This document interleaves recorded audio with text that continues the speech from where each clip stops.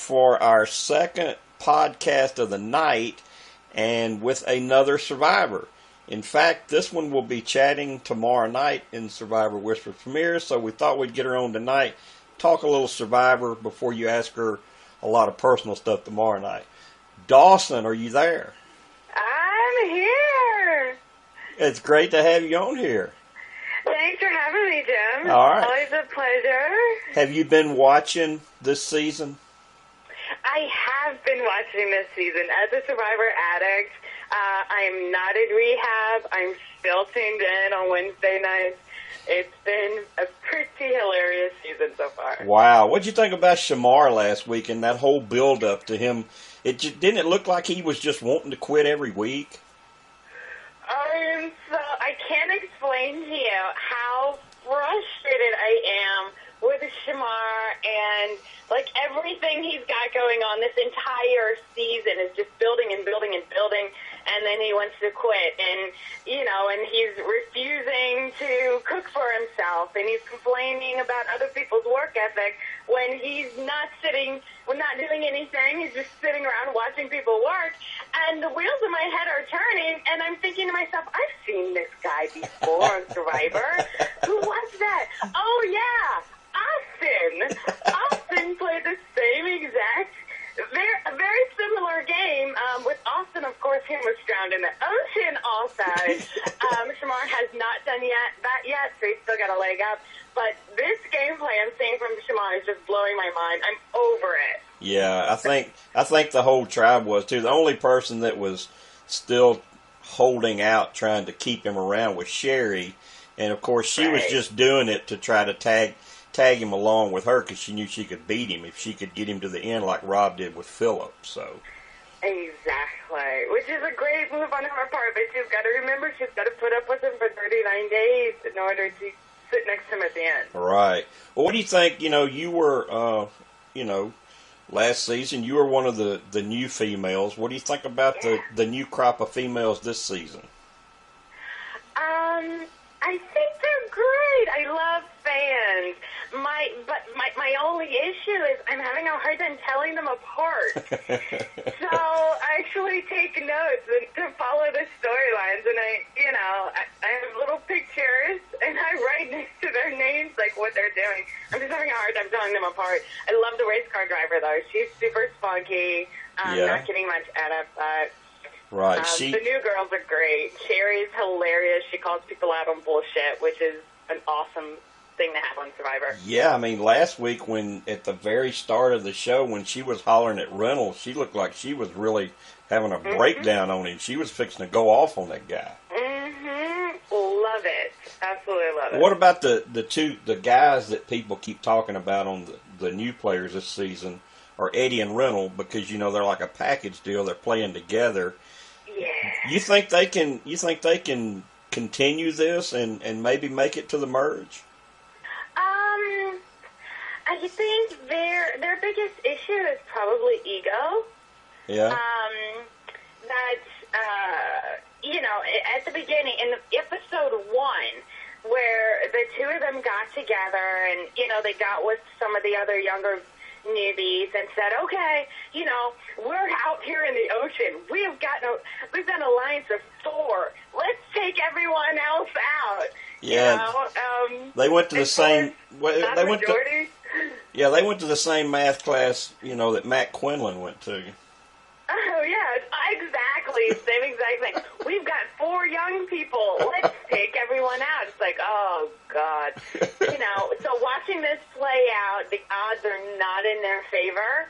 And I think, ego may be the end of that. But who knows? I'd love to see underdogs come out and win in the end, no matter how good they are at math. Yeah, I think, and a lot of the, a lot of the rumors flying around is that Reynolds is getting such a big edit because if the show is renewed, Jeff Probst has kind of been pushing for a Reynolds versus Malcolm. Really? Yeah. What would you think about those two guys? That'd be Malcolm's 3rd time in like 4 seasons, 3 or 4 seasons. That'd be awesome. Good for Malcolm. I love seeing his hair on TV. I don't know if I'd tune into. We'll see how Reynolds' gameplay goes this week.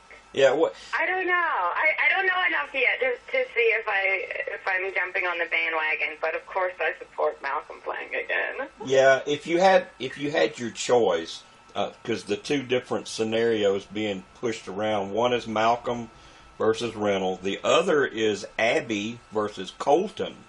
What would you think about that matchup? That one, I think Malcolm's such a chill, kind of laid-back guy. I don't think you're going to see the fireworks that you would see with Colton and Abby. Yeah, I think Colton and Abby would be good drama for TV. Yeah, that'd be a lot of drama and interesting. I'm not sure how much of the survival aspects between the two of them. I'm not sure how much of the survival aspects we'd see, but there'd be a hell of a lot of fireworks. That'd be interesting. If Jeff Probst called you and he said, Dawson, we're putting together a Abby versus Colton season, would you be interested? And he let you pick which tribe to play on, who would you go with? Whoa. Okay, so right now you're assuming I'd say yes. Well, I know you would say yes. Okay, if that was the case, that's tough, isn't it? It's hard to say. I mean, they both cause so much. They're really good at stirring up conflict. I don't know which one I'd be more appropriate hiding behind. Probably Abby. You know what? I got to go with my girl from the Philippines. Abby all the way. All right. Now, let's get back to this season and some of the you being a super fan. I mean, everyone knows when you went on that you were one of those people that finally got on, and you really were a true to life super fan. So, what do you think about the people they brought back this year as favorites? Right. Yeah. It's an interesting group. I definitely, as a fan of the show, I absolutely loved seeing Eric come back. Eric was such a huge, just green, excited fan out there his first time playing, and I totally identify with that. I'm standing there saying, hey, that's Jeff Probst. He's just standing there. Identify with Eric. I get it. Love Cochran. Cochran is just goofy and perfect and witty, and he's great TV. I don't. Tom's really nice. It's an interesting group.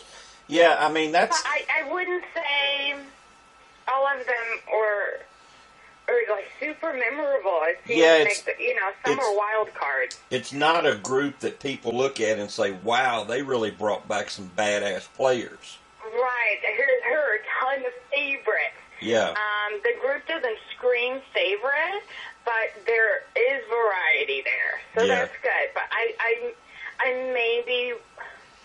mean, it's cool Francesca got to come back because they've never brought someone back who went out episode 1. So that gives, all of us who went out early, that gives us hope. Yeah. But, they probably won't do that again now. Yeah. They may bring back some that were second, third, fourth, or fifth booth, but I doubt they're going to bring back anybody that left first again. Oh, Zane, though, man, they need to bring back Zane. Was he awesome or what? He is. Episode, man. He's hilarious too. Hilarious, such an awesome guy. Yeah. But I didn't see that from Francesca. And that whole tribal council, that first episode. Woo-wee! When Philip sang, I mispronounced her name on purpose. Yeah. Just talk about, you could see the salt grinding into that wing. Yeah, I know. So, I think it definitely had something to do with Philip, the fact that she was asked back also, Have you seen any of the promos for what's coming this week with Brandon and Philip? It's just some screaming. Brandon screaming on the beach, cursing. There's some finger pointing, but I try not to get too excited excited with the promos because I end up completely misinterpreting it. What do you know? I know you know everything. What do you know? You're not gonna misinterpret, and you're not gonna be cheated this week because he's really gonna go off. He's gonna throw away almost all their food. He's gonna start tearing up supplies. Word is he took a swing at Philip, and they show up for their immunity challenge, and basically the tribe just wants to concede it and get rid of him, and Jeff just calls for a tribal council right there on the spot.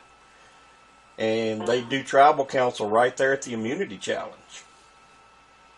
Oh, so it's going to be a drama-filled episode. Holy crap. Yeah, that's Filler alert. That's a first. Oh my God. Yeah, that's a first for the show. After all these seasons, somebody leaves actually at the immunity challenge. Wow. Survivor, man. We even 26 seasons, we're still fucking making records. Yeah, there's I love it. New stuff happens all the time, you know. This is going to be great. Yeah, I mean, I'm going to make extra popcorn. Maybe I'll make it caramel popcorn this Wednesday. You're going to need it because, boy, I mean, and behind the scenes, even after the person left, they were still pretty upset at Ponderosa, and they eventually ended up getting sent all the way back to the States. They didn't even let them stay out there. So it gets that bad. So don't miss it this week, whatever. Shit, no way. Wow. So what's going on with you besides Survivor? I see that you stay busy all the time. I am constantly moving. It's crazy. I barely have time to tweet anymore. There's so many opportunities. I actually packed up all my stuff one night and flew to Arizona. I bought a Mazda Miata. I bought my plane ticket at 10 p.m. The flight left at 5 a.m. I landed in Arizona, bought a Miata in cash, drove straight across Death Valley into Los Angeles, moved into a furnished bungalow that night, and I've been rocking Los Angeles ever since. Wow. They should do it. They should do a reality show just trying to follow you around everywhere. Oh my God, you got no clue. I really wish I could document this more, but I'm so on the move that I can't. But it's just between going to events and doing auditions and photo shoots and there's so many opportunities out here for for people who've just come off the show. There's so much interest. Yeah. So, I'm really trying to take advantage of it. So as soon as I can tell you something, I will tell you something. All right, that'll be a good deal. Well, listen, we're gonna cut this off now so we can get it downloaded for the Whisper fans. Tomorrow. We'll see you tomorrow night in Whisper's premiere. All right. Thanks, Dawson. Well. All right, Ciao, dear. All right, bye-bye.